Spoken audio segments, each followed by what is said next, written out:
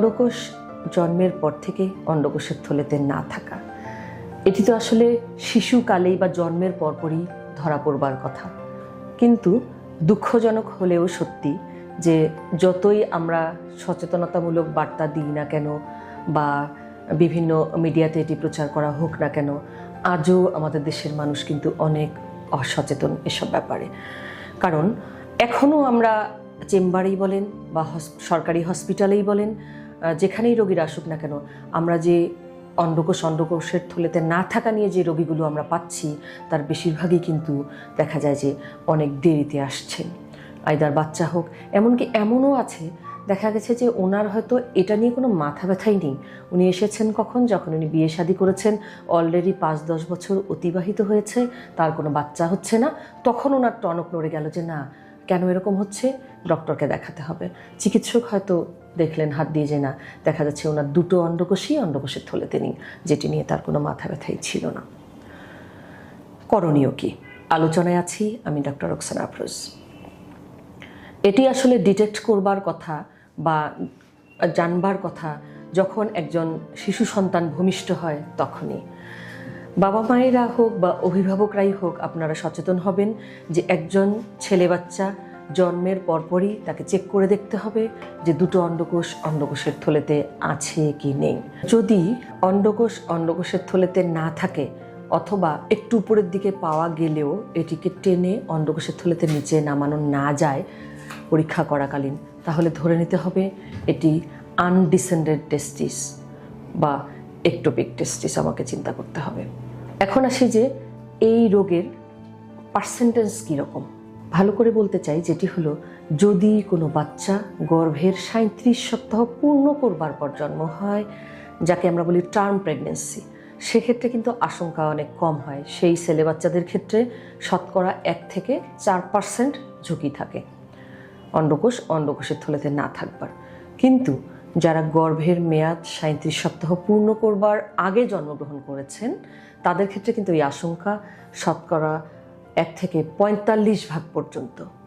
অতএব আমাদেরকে এই বিষয়টি সম্পর্কে সচেতন হতে হবে, কারণ এটি আনকমন নয়।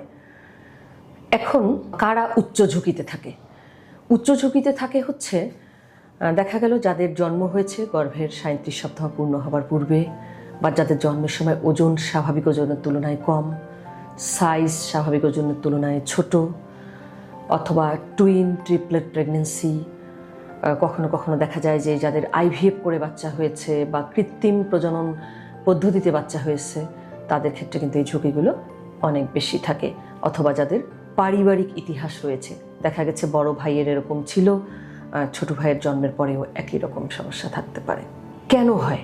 কারণগুলো হচ্ছে যে অন্ডকোষ যদি জন্মগতভাবে কোনো গঠনগত ত্রুটিতে থাকে তখন হতে পারে, বা হরমোনজনিত সমস্যা, যেমন পুরুষ হরমোন, এটির যদি কোনো কম বেশি থাকে, সেক্ষেত্রে এটি যে পেটে তৈরি হয়েছে ওখান থেকে নিচে নাও নামতে পারে।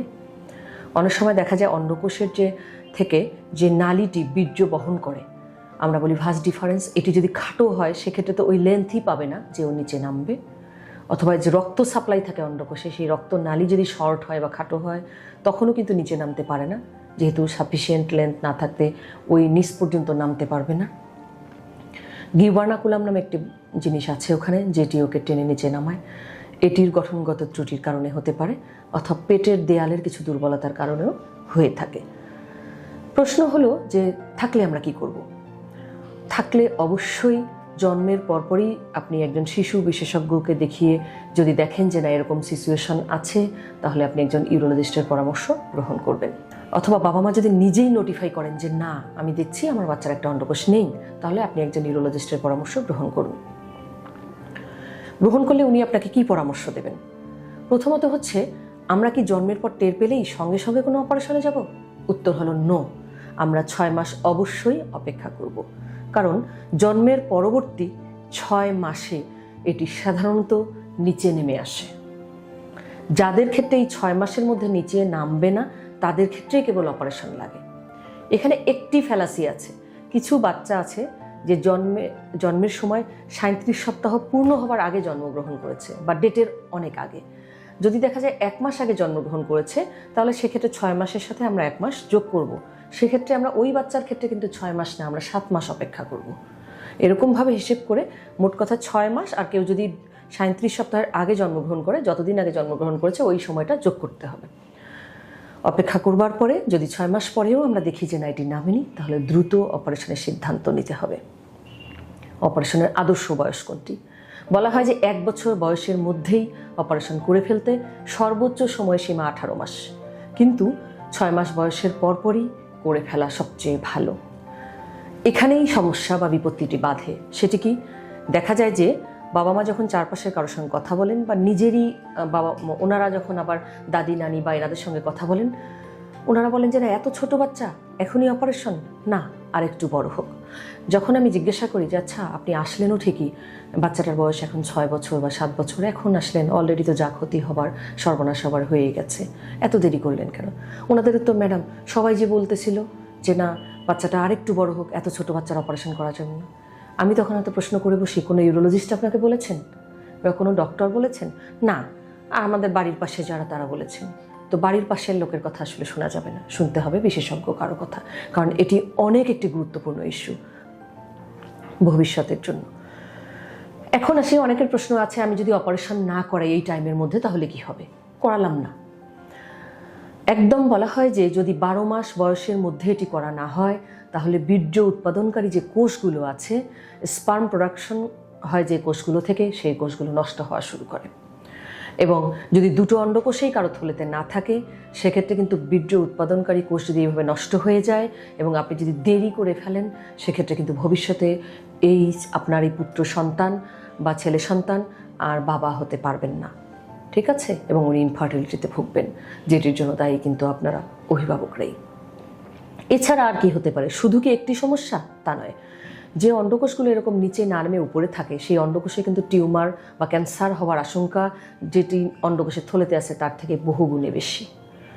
এটি পেঁচিয়ে যাওয়ার আশঙ্কা অনেক বেশি পেটের ভিতরে, এটি আঘাতপ্রাপ্ত হওয়ার আশঙ্কা অনেক বেশি যদি কুঁচকিতে থাকে।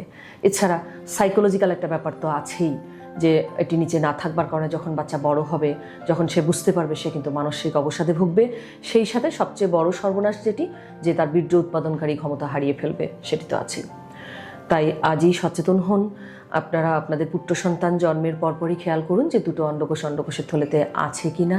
যদি না থেকে থাকে 6 মাস বয়স পর্যন্ত অপেক্ষা করুন। এরপরে যদি এটি নিচে না নামে, তাহলে দ্রুত অপারেশনের সিদ্ধান্ত নিন, পারতপক্ষে 1 বছর বয়সের মধ্যেই, যাতে ভবিষ্যতে এই সন্তান আপনাকে ব্লেম দিতে না পারে বা ওর ভবিষ্যতে সর্বনাশ থেকে ওকে রক্ষা করতে পারেন। ধন্যবাদ আপনাদেরকে।